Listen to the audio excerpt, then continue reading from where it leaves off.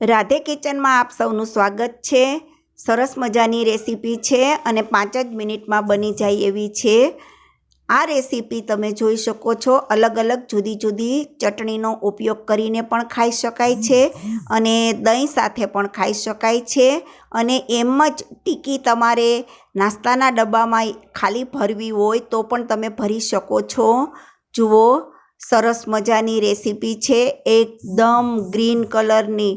અત્યારે હજુ વટાણા આવે છે, લીલાછમ વટાણા આપણે સરસ મજાના બાફી નાખવાના છે। એમાંય વટાણા તમે વરાળથી બાફશો, સહેજ પણ પાણી ના રહેવું જોઈએ। એક જ નાની વાટકી વટાણા છે, આમચૂર પાવડર, ગરમ મસાલો, આદુ,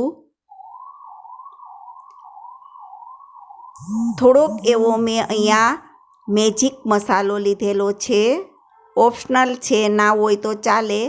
તીખા ઝીણા ઝીણા લીલા મરચાં છે, સહેજ એવું મીઠું નાખેલું છે, ધાણા જીરું।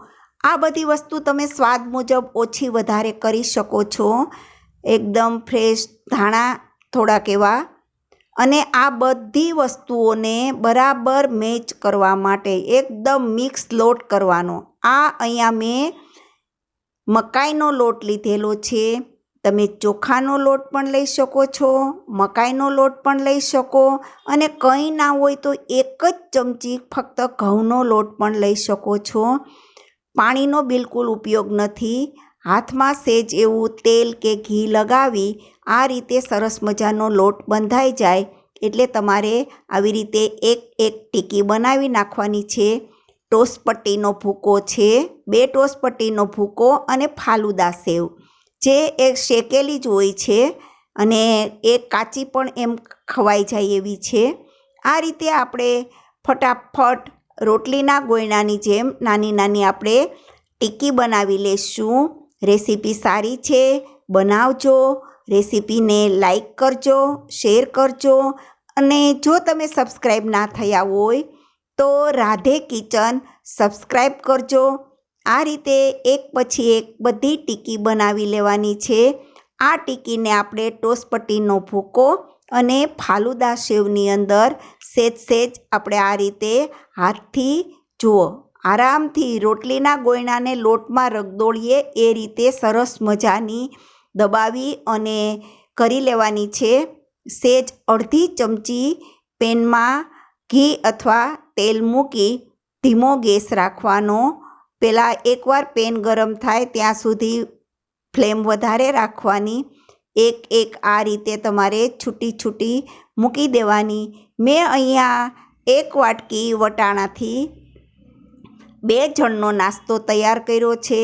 આમાં તેલનો અડધી ચમચી તેલનો જ ઉપયોગ થાય છે।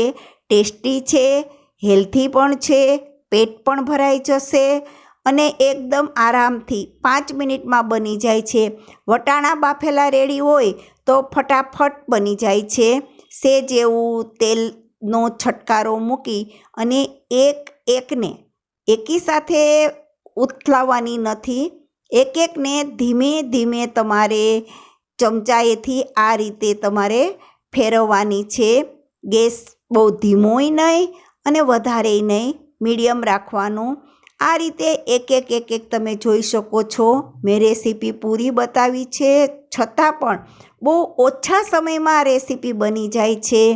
પ્લીઝ તમે બધા મને હેલ્પ કરજો, રેસીપી પૂરી જોઈ લાઈક કરજો, અને ના સારું લાગે તો જેવું લાગે તેવું પણ પ્લીઝ મને કોમેન્ટ આપજો।